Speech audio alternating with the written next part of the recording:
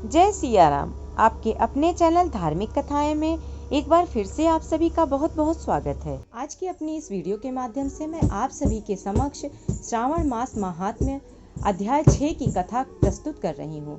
तो आप सभी से अनुरोध है, इस पूरी कथा का श्रवण अवश्य करें और यदि यह कथा आपको पसंद आए तो कृपया लाइक करें और यदि आप मेरे चैनल पर नए हैं तो चैनल को सब्सक्राइब करना ना भूलें। साथ ही बेल आइकन को भी प्रेस कर दें ताकि मेरी वीडियोस के नोटिफिकेशन आप सभी को मिलते रहें और कमेंट बॉक्स में भगवान शिव का नाम भी अवश्य लें। सनत कुमार बोले, हे भगवान, मैंने रविवार का हर्षकारक महात्म्य सुन लिया। अब आप श्रावण मास में सोमवार का महात्म्य मुझे बताइए। ईश्वर बोले, हे सनत कुमार, सूर्य मेरा नेत्र है, उसका महात्म्य इतना श्रेष्ठ है तो फिर उमा सहित मेरे नाम वाले उस सोमवार का कहना ही क्या। उसका जो महात्म्य मेरे लिए वर्णन के योग्य है उसे मैं आपसे कहता हूँ। सोम चंद्रमा का नाम है और यह ब्राह्मणों का राजा है। यज्ञों का साधन भी सोम है। उस सोम के नाम के कारणों को आप सावधान होकर मुझसे सुनिए, क्योंकि यह वार मेरा ही स्वरूप है, अतः इसे सोम कहा गया है। इसलिए यह समस्त राज्य का प्रदाता तथा श्रेष्ठ है। व्रत करने वाले को यह संपूर्ण राज्य का फल देने वाला है। हे विप्र, उसकी विधि सुनिए। मैं आपको विस्तार पूर्वक बता रहा हूँ। 12 महीनों में सोमवार अत्यंत श्रेष्ठ है। उन मासों में यदि सोमवार व्रत करने में असमर्थ हो तो श्रावण मास में इसे अवश्य करना चाहिए। इस मास में इस व्रत को करके मनुष्य वर्ष भर के लिए व्रत का फल प्राप्त करता है।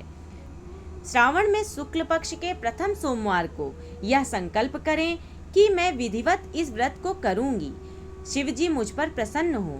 इस प्रकार चारों सोमवार के दिन और यदि 5 हो जाए तो उसमें भी प्रातः काल यह संकल्प करें और रात्रि में शिव जी का पूजन करें। 16 उपचारों से सायंकाल में भी शिव जी की पूजा करें और एकाग्र चित्त होकर इस दिव्य कथा का श्रवण करें। हे सनत कुमार, इस सोमवार की कही जाने वाली विधि को अब मुझसे सुनिए। श्रावण मास के प्रथम सोमवार को इस श्रेष्ठ व्रत का प्रारंभ करें। मनुष्य को चाहिए कि अच्छी तरह स्नान करके पवित्र होकर श्वेत वस्त्र धारण कर ले और काम, क्रोध, अहंकार, द्वेष, निंदा आदि का त्याग करके मालती, मल्लिका आदि श्वेत पुष्पों को लाएं। इनके अतिरिक्त अन्य विविध पुष्पों से तथा अभीष्ट पूजनोपचारों के द्वारा त्र्यंबक इस मूल मंत्र से शिव जी की पूजा करें। इसके बाद कहें, मैं शव, भावनाश, महादेव, उग्र, उग्रनाथ, भाव, शशिमौली, रुद्र, नीलकंठ, शिव तथा भवहारी का ध्यान करता हूँ।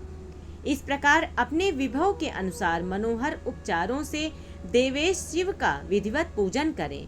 जो इस व्रत को करता है उसके पुण्य फल को सुनिए। जो लोग सोमवार के दिन पार्वती सहित शिव जी की पूजा करते हैं वे पुनरावृत्ति से रहित अक्षय लोक प्राप्त करते हैं। हे सनत कुमार, इस मास में नक्त व्रत से जो पुण्य प्राप्त होता है उसे मैं संक्षेप में कहता हूँ। देवताओं तथा दानवों से भी अभेद्य 7 जन्मों का अर्जित पाप नक्त भोजन से नष्ट हो जाता है, इसमें संदेह नहीं करना चाहिए।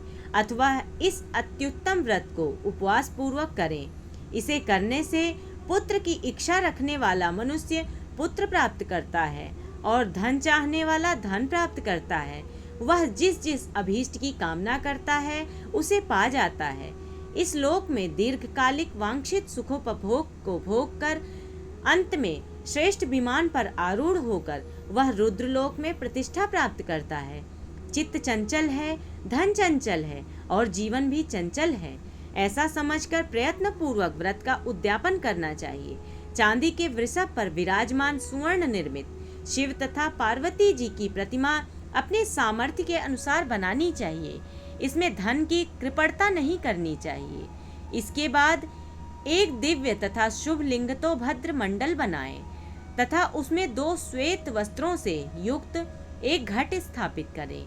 घट के ऊपर तांबे अथवा बांस का बना हुआ पात्र रखें और उसके ऊपर उमा सहित शिव को स्थापित करें। उसके बाद श्रुति, स्मृति तथा पुराणों में कहे गए मंत्रों से भगवान शिव की पूजा करें। पुष्पों का मंडप बनाएं तथा उसके ऊपर सुंदर चंदोवा लगाएं। उसमें गीतों तथा बाजों की मधुर ध्वनि के साथ रात में जागरण करें। उसके बाद बुद्धिमान मनुष्य अपने गृह सूत्र में निर्दिष्ट विधान के अनुसार अग्नि स्थापन करें और फिर शव आदि 11 श्रेष्ठ नामों से पलाश की समिधाओं से 108 आहुति प्रदान करें। यव, व्रीहि, तिल आदि की आहुति आप्यायस्व इस मंत्र से दें और बिल्व पत्रों की आहुति त्र्यंबक अथवा षडक्षर मंत्र ओम नमः शिवाय से प्रदान करें। उसके बाद स्विष्टिकृत होम करके पूर्णाहुति देकर आचार्य का पूजन करें और बाद में उन्हें गौ प्रदान करें। उसके बाद 11 श्रेष्ठ ब्राह्मणों को भोजन कराएं तथा उन्हें वंश पात्र सहित 11 घाट प्रदान करें। इसके बाद पूजित देवता को तथा देवता को अर्पित सभी सामग्री आचार्य को दें और तत्पश्चात प्रार्थना करें, मेरा व्रत परिपूर्ण हो और शिव जी मुझ पर प्रसन्न हो। उसके बाद बंधुओं के साथ हर्षपूर्वक भोजन करें। इसी विधान से जो मनुष्य इस व्रत को करता है वह जिस जिस अभिलषित वस्तु की कामना करता है उसे प्राप्त कर लेता है और अंत में शिवलोक को प्राप्त होकर उस लोक में पूजित होता है। हे सनत कुमार, सर्वप्रथम श्री कृष्ण ने इस मंगलकारी सोमवार व्रत को किया था। श्रेष्ठ आस्तिक तथा धर्मपरायण राजाओं ने भी इस व्रत को किया था। जो इस व्रत का नित्य श्रवण करता है वह भी उस व्रत के करने का फल प्राप्त करता है। इस प्रकार श्री स्कंद पुराण के अंतर्गत ईश्वर सनत कुमार संवाद में श्रावण मास महात्म्य में सोमवार व्रत कथन नामक 6ठा अध्याय पूर्ण हुआ। भगवान शिव की कृपा दृष्टि अपने भक्तों पर सदैव बनी रहे, इसी कामना के साथ आज की अपनी इस वीडियो को मैं ही समाप्त कर रही हूँ। आशा करती हूँ आप सभी को यह वीडियो अवश्य ही पसंद आई होगी।